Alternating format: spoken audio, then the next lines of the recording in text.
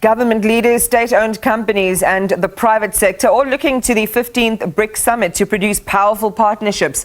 The BRICS Business Council is already hosting a number of stakeholder engagements. The BRICS Infrastructure Working Group says money is not the problem, that all stakeholders want to find bankable projects and close gaps standing in the way of this being practical and effective. So, a lot is on the table and it seems to be whetting the appetites of other would-be partners. Sophie Mokoena, SABC News international editor, joins us now to explore this theme. Sophie, good evening. More countries are now seemingly willing to join BRICS. What's fueling the interest? Well, I think it's the frustration in relation to the developed North, particularly when you look at during the COVID-19, how developing countries and poorer countries were struggling to access vaccines. But secondly, the issue of trade and investment, you find a situation where the developed North are the ones that are benefiting in terms of the transformation of institutions such as IMF and the World Bank. You find developing countries and poorer countries having to pay a lot of money when they pay the loans. But when you look at the developed North, they don't pay a lot of interest. And the other issue is the geopolitics. The war in Ukraine has also led to a situation where many countries felt that the developed North are the bullies and they were forced to take sides.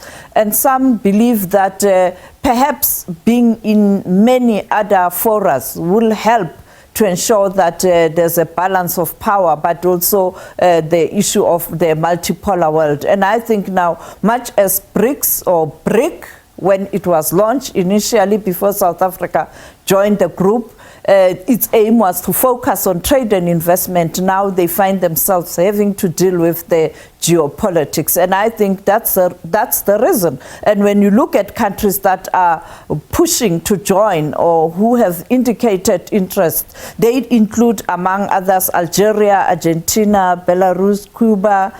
You have Egypt, Iran, Morocco, Nigeria, Palestine, Saudi Arabia, United Arab Emirates, and Venezuela. And when you look at the group, you find that a majority of these countries are the oil-rich nations and therefore members of OPEC. And therefore, it looks like it is going to be a strong group in future. And the suspicion that the leaders will have to take a decision. The ministers did engage in terms of expansion, but the leaders must take a final decision.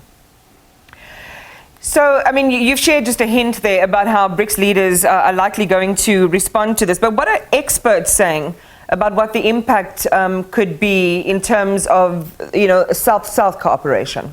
Well, we know that the president of Brazil, Lula, who is a founding father of BRIC then and now BRICS, is still adamant that you have to strengthen the South-South. You know that it was during his tenure when you had leaders such as former President Mbeki who were really pushing for this South-South cooperation. And we know that on the margins of the United Nations General Assembly in next month, there is going to be a meeting of the South-South leaders. And therefore, there's still an endeavor to push to ensure that much as you have BRICS, you are also strengthening the South-South, because that's the only way where you can bring a balance between the South and the North. You need a big group, not just a small group. And with BRICS, we are told that if it is being expanded, it is going to be a BRICS plus. But with South-South, you have many countries. That is why the president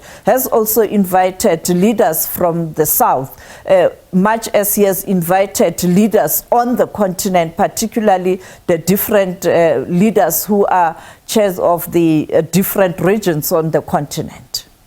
So this is, and we've seen, in separate matters, the interest with the African continent and gaining a foothold in countries on the continent. So it stands to reason the West is watching, or Western countries watching the summit with interest.